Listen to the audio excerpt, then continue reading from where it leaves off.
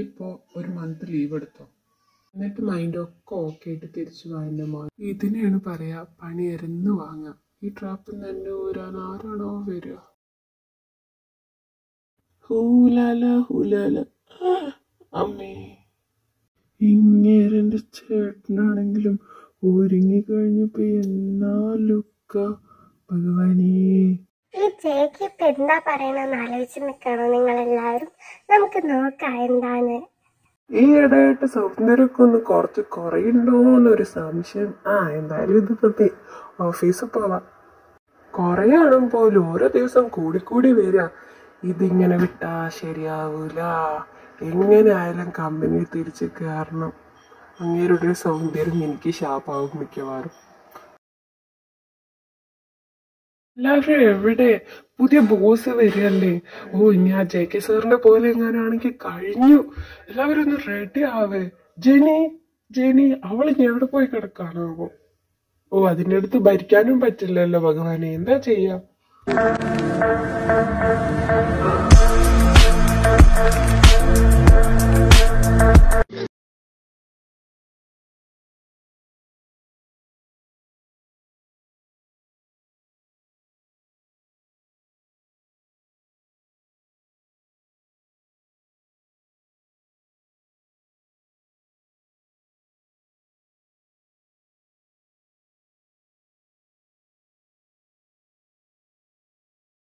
John, I'm your personal assistant, Jennifer Christie. Hi, nice to meet you, Jenny. തന്നെക്കുറിച്ച് ഒരുപാട് കേട്ടിട്ടുണ്ട്, ഇപ്പോഴും നേരിട്ട് കാണാൻ പറ്റി. Then where is my cabin? This way, sir. Please come with me. ഇന്നത്തെ മീറ്റിംഗിന്റെ schedule എവിടെ ജെനി? അതൊക്കെ ഒന്ന് ക്ലിയർ ആക്കി തരൂ. എന്ത് ചെയ്യാ, വന്നിട്ട് എന്നോടൊന്നും നേരം മിണ്ടും കൂടെ ചെയ്യാതെ ഫയലും ചോദിക്കണം. അയ്യോ, അപ്പോഴേക്കും മിച്ചായന്റെ മോള് സങ്കടപ്പെടല്ലേ? മടുത്ത് ചായ, അവന് വേണ്ടി വെയിറ്റ് ചെയ്ത് എനിക്ക് മടുത്ത്. എത്ര കാലം വിചാരിച്ചിട്ട് ഞാനിങ്ങനെ അവനെന്ന് എന്നെ മനസ്സിലാവാത്ത.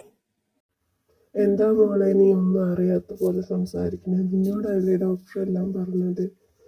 അവന്റെ ഓർമ്മയൊക്കെ അവന് തിരിച്ചു കിട്ടും. മോള് വെയിറ്റ് ചെയ്യും. എന്റെ മോള് കരയില്ലേ? നിങ്ങൾ വിചാരിക്കുന്നുണ്ടാവും എന്താ ഇപ്പൊ ഇവിടെ നടക്കണേന്ന്.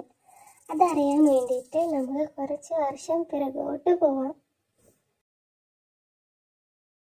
മച്ചാ, ഇന്നെന്താ രാവിലെ തന്നെ പണി? ഇന്ന് ഫ്രഷേഴ്സ് ഡേ അല്ലേ, വല്ല എരയും വരുന്നുണ്ടോ നോക്കി നിക്കാം. ഇന്ന് JK ഏതേലും ഒരു കുട്ടീനെ പ്രപ്പോസ് ചെയ്തേ പറ്റൂ. കുറെ കാലായി നീ ഞങ്ങളിന്ന് വഴുതി മാറിപ്പോകാൻ തുടങ്ങിയിട്ട്. ഒന്ന് പോടാ, പ്രപ്പോസൽ ആയിരുന്നൊന്നും എനിക്ക് സെറ്റ് ആവില്ല. വേറെ എന്തെങ്കിലും പറ, വല്ല തല്ലാ കുത്തോ അതൊക്കെ ഞാൻ ചെയ്യാം. JK അപ്പൊ എത്രയേ ഉള്ളൂ? ഞാൻ വിചാരിച്ചു കുറച്ചൊക്കെ ധൈര്യമുണ്ട്. ഇതാടാ നിനക്ക് അങ്ങനെ ഒരു ടോക്ക്? ഇന്നൊന്നും ഒരു തീരെ പ്രപ്പോസ് ചെയ്തിട്ടേ കാര്യമുള്ളൂ.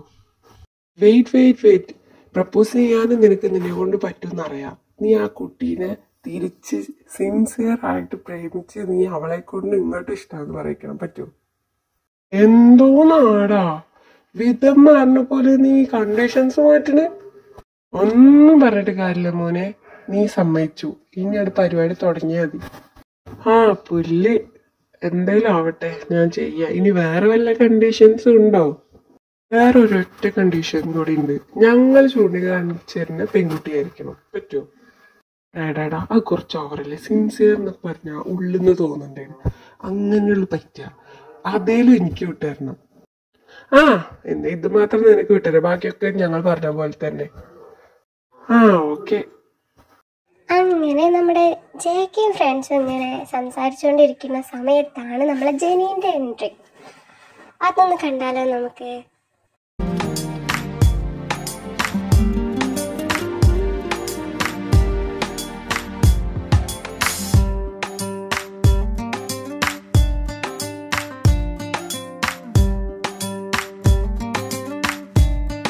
എടാ, നിങ്ങളെല്ലാരും പറഞ്ഞാലും ഇല്ലെങ്കിലും എനിക്ക് അവള് മതി. അവൾ ആരാ എന്താ ഒന്നും എനിക്കറിയില്ല, പക്ഷെ അവളുടെ നെഞ്ചിലെടു കയറി കൂടി ഇരുന്നടാ. ഈ സമയത്താണ് നമ്മളെ ജെനി ഇവരോട് സംസാരിക്കാൻ വരുന്നത്. Excuse me, where is the commerce and management department? എനിക്ക് അവളെ ചോദിച്ചതൊന്നും കേൾക്കാതെ അവളെ തന്നെ നോക്കിക്കൊണ്ടിരിക്കുക. അല്ല അവളെ ഇങ്ങനെ കൈകൊണ്ട് ഇങ്ങനെ കാട്ടിട്ടോ. അപ്പൊ എന്താ ചോദിച്ചേ? ഞാൻ കേട്ടില്ല. ഓ വാവ്, മലയാളീസ് ആണോ? അതെ മലയാളീസാണ്. കുട്ടി എന്താ ചോദിച്ചത് നേരത്തെ? കൊമേഴ്സ് ആൻഡ് മാനേജ്മെന്റ് ഡിപ്പാർട്ട്മെന്റ് എവിടെയാണ്? നേരെ പോയിട്ട് left. Thank you so much ചേട്ടാ. വൈദ്യമായി പരിചയപ്പെട്ടതിൽ ഒരുപാട് സന്തോഷം. ഞാൻ ഇവിടെ ഫസ്റ്റ് ടൈമായിട്ടാ പുറത്തുനിന്ന് മലയാളീസിനെ പരിചയപ്പെടുന്നത്. താങ്ക്സ് ഒന്നും വേണ്ട. പിന്നെ ഈ കോളേജിൽ ഒരുപാട് മലയാളീസ് ഉണ്ട്, പരിചയപ്പെട്ടു വന്നോളും. Oh that's great. എന്തായാലും കാണാം കേട്ടോ. ശരി.